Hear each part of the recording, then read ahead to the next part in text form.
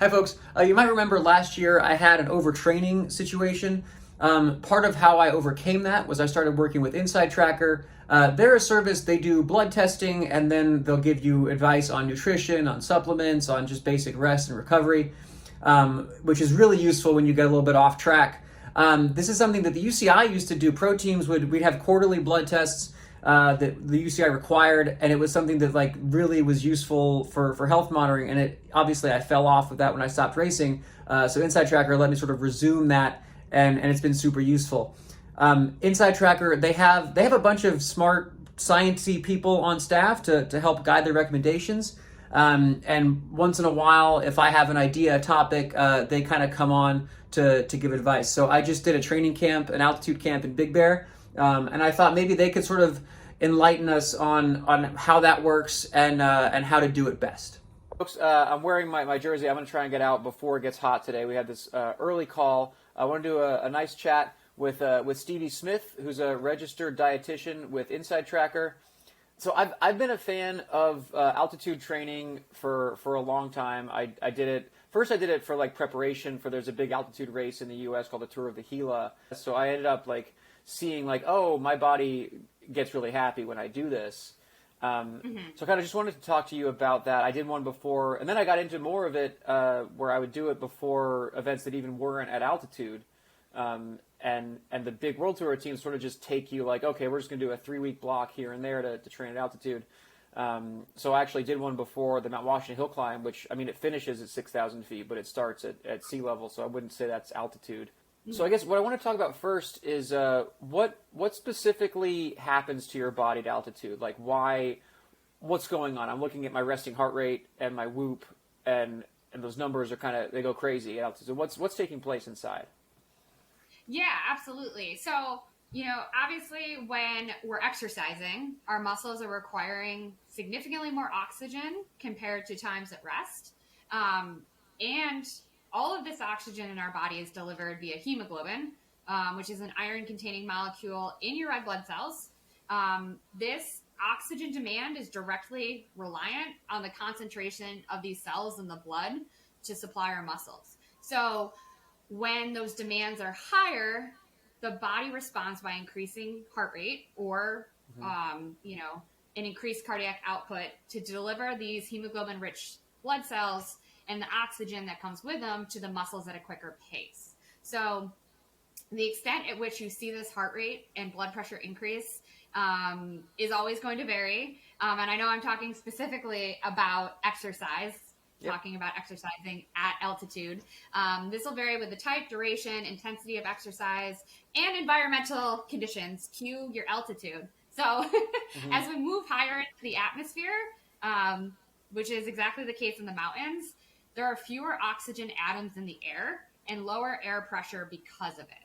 So that is automatically, even when we're at rest, going to increase those demands. But then when you're thinking about training or racing at altitude, there's just simply less oxygen available to breathe, and in turn, less available for our muscles. This is what happens. This is the person who paid attention in 10th grade, like this biology class, because it wasn't me. It was not me. I was just like, I'm not going to hemoglobin, and yeah, no. Whatever, hemoglobin. But I'm glad that you did, because this is helpful, and we need people like you out there. This wasn't on my list of questions, but what's kind of the correct or optimal range of altitude to train? Because if you want high altitude to get the adaptation, and I assume the higher you get, the more the adaptation takes place. But at some point, you're too high, you can't really train anymore. So what's the number that people target? Yeah. So of course this will, obviously vary on individual. Most people aren't going to venture more than 2,000 to 3,000 meters above sea level. But there are different ranges that will have different impact on exercise recommendations, as well as, of course, we always, I want to make sure that most people have heard of altitude sickness, but if you are thinking about training at altitude, adding it into your routine, please look into this very closely so you make sure you can keep yourself safe and healthy, because there are risks. So low altitude is considered 500 to 2,000 meters. So this will have only a minor impact on aerobic fitness compared to sea level. So that moderate altitude, so 2,000 to 3,000 meters, you will see kind of that impact on performance. So this is usually the Okay. spot that if someone does train at altitude, where they would train. Of course, there's still potential of onset of mountain sickness, and then that high altitude is 3,000 to 5,000 meters. And I would say that most people probably shouldn't be venturing as that is Yeah, their goal. but it's interesting to learn that it is proportional. So if I went to 3,000 feet, I'm getting some benefits. Whereas if I get to 6,000 feet, I'm more. Kind of explain the benefits to performance. Like, so this is what happens to your body. You have the red blood cells. Here's how it reads in a blood test. Your hematocrit's higher. How does that translate to going fast? Yeah, so that type of training, we're talking about is hypoxic training, which you're depriving the body of oxygen. So as, you kind of alluded to initially, this reduction is going to impair your performance and aerobic capacities because your muscles' oxygen demand simply isn't met. But as you start to safely train in it, the body is going to compensate again by increasing that heart rate, which can feel like that increased exertion. So you feel like you're working much harder at elevation than the same activity at sea level. So the body will acclimate to the change in air pressure. This typically happens after a few days, usually like 2 to 3 days. And, the key response, again, is the increase in red blood cell concentration in the blood, which makes more of that hemoglobin available to capture as much of that oxygen that is available as possible. So simply, that hemoglobin will increase at altitude, which increases the amount of oxygen delivered to your muscles. So if you were an athlete and you're targeting a specific event, what would you recommend to professional athletes? I feel like we don't count, but if you were, say you're a guy training for Mount Washington who's who has a 9 to 5, is altitude worth it? What would kind of be the benefit, or would you focus on that just if you're doing an altitude event like a Leadville kind of thing?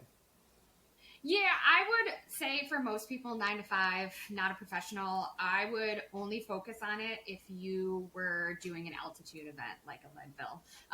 Typically, if you're a sea level dweller and you go to altitude and start to see those gains, those gains will diminish in about like several weeks. I usually see around like 14 to 15 days. That change in your blood is going to dissipate once you have returned to sea level. So Right. typically the more like casual athletes, I say casual loosely because if you're doing Leadville, are you really casual? But not professional Right. athletes. Right, you're trying to finish, not to win. That's kind of the distinction I was Yes. making. Yeah, I don't assume Keegan Swenson is watching my channel as much as the people an hour behind him. Right. So basically, if that's something that isn't feasible for you to be training at altitude, it would definitely be. But if you're racing at it and you're a sea level dweller, timing out your arrival and how you approach race day is probably the most important thing you can do and plan it to set yourself up to succeed there. So arriving 1 to 2 days before the event, you're probably going to feel the worst on days 3 to 4. You'll manifest this as poor sleep, dehydration, reduced appetite. Kind of arriving just before will ensure that this isn't going to happen on race day. Yeah, what we were always told was if you had a race at altitude, you either get there 2.5 weeks before so you can acclimate, or you get there the night before so it hasn't hit your body how destroyed you are yet. Yep, exactly. Yeah, so that's, okay. I mean, and that all just depends on like what each person can swing. If you're doing the 2 weeks or the day or two before. Yep. Right. Okay, but don't be like, okay, I don't have 2 weeks, so I'm going to try and get there 5 days early, because you'll find that's the worst. And yeah, maybe you're settled in your hotel, but but the upside isn't there for your physicality. Inside Tracker it's a blood test service. How did that show up? So I did a blood test after. How do I know if it worked? Yeah, so the biggest thing is going to be the increase in red blood cells and the hemoglobin concentration. You should see those with a big increase there on that panel. But while a lot of people focus on like, did it work? I also encourage people with their inside tracker test results to check in on other aspects of things. How is muscle recovery and breakdown? Because of the changes that you're going to get up at altitude, you need to make sure that you're focusing on your nutrition, high quality Right. protein and micronutrients. Because of the added stress of altitude, it causes a higher turnover rate and increased demands. So you're getting, in addition to higher demands, there's decreased protein production and increased protein breakdown. The altitude is also going to cause higher oxidative stress. So there's going to be an increase in demand for vitamins and minerals to protect against this stress. So yes, we want to see those gains in kind of the red blood cells in that whole iron panel. But we also want to make sure like vitamin D is good. Where did your ferritin go, right? Because of the increased demand, you're going to need more of that ferritin, the stored form of iron. And I always just like people to check in like creatine kinase, HSCRP for inflammation, ALT, AST, those liver enzymes that are indicative of muscle breakdown and muscle recovery, to make sure all of those things are in line. Because, I mean, obviously getting the gains from altitude is great, but it's also not ideal if you're not keeping up with those increased demands, increased breakdown, and then you wind up also needing more recovery time off after that altitude. Right, it's depleting you. So I was definitely, I think I timed it pretty well where I had a week at home between altitude and the event that I had, and I was not great that week at home. I wasn't the first week at altitude. I was bad. Towards the second week, I was starting to feel better, and then I left. So I didn't really get to enjoy. I think I was like feeling good for 2 days up there. 2.5 weeks is kind of my ideal experience. I only had 2 this time, but I kind of minimized it. And then I went home, and a week and a half later, I was really happy with my performance at the hill climb.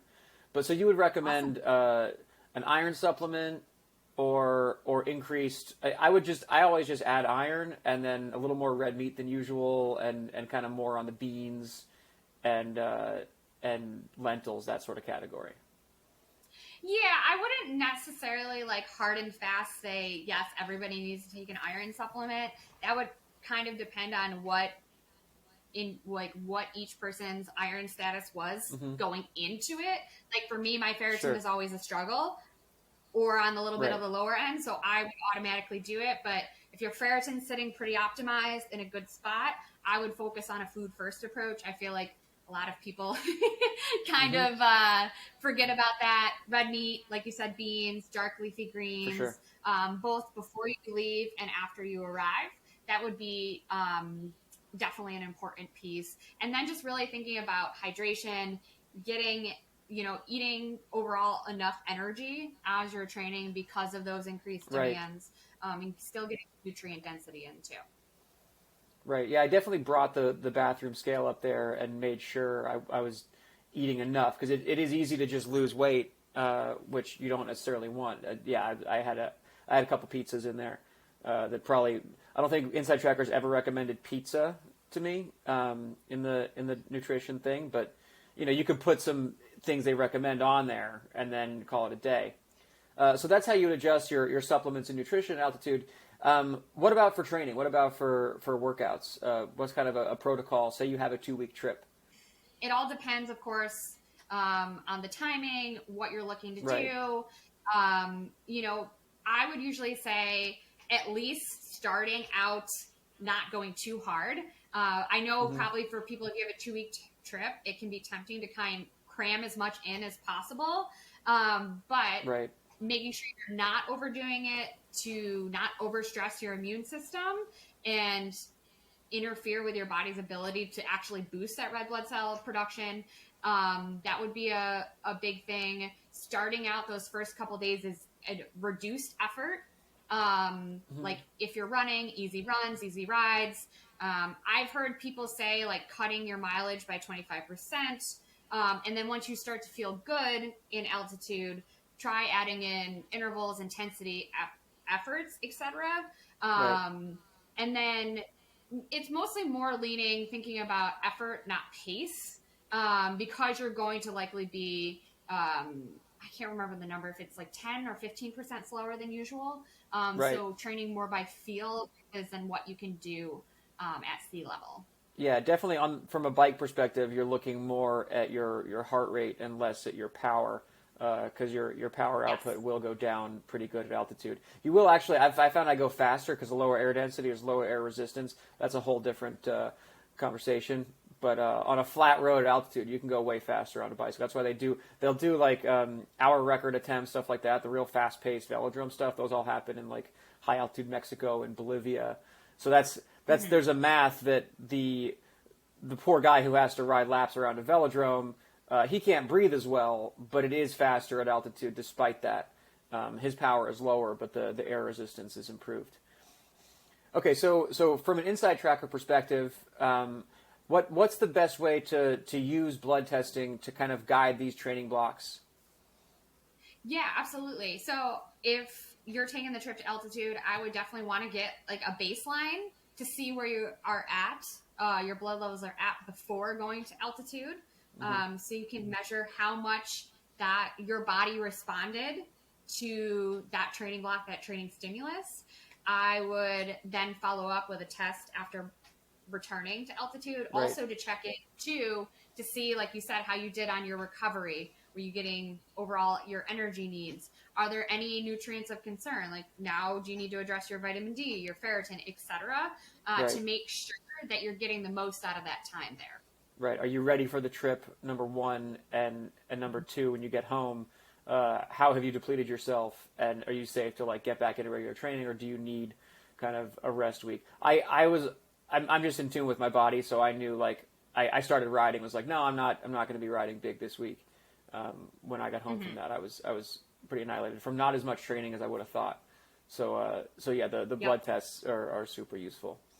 Awesome. Thank you so much. Well, folks, leave a comment if there's other like blood question kind of things. If there's things that Stevie might be able to answer, we have access to Stevie as a sponsor with Inside Tracker, so we can take more advantage of that. Thank you so much for paying attention, like I said in science class, and for giving us your time today. Yeah, thanks for having me.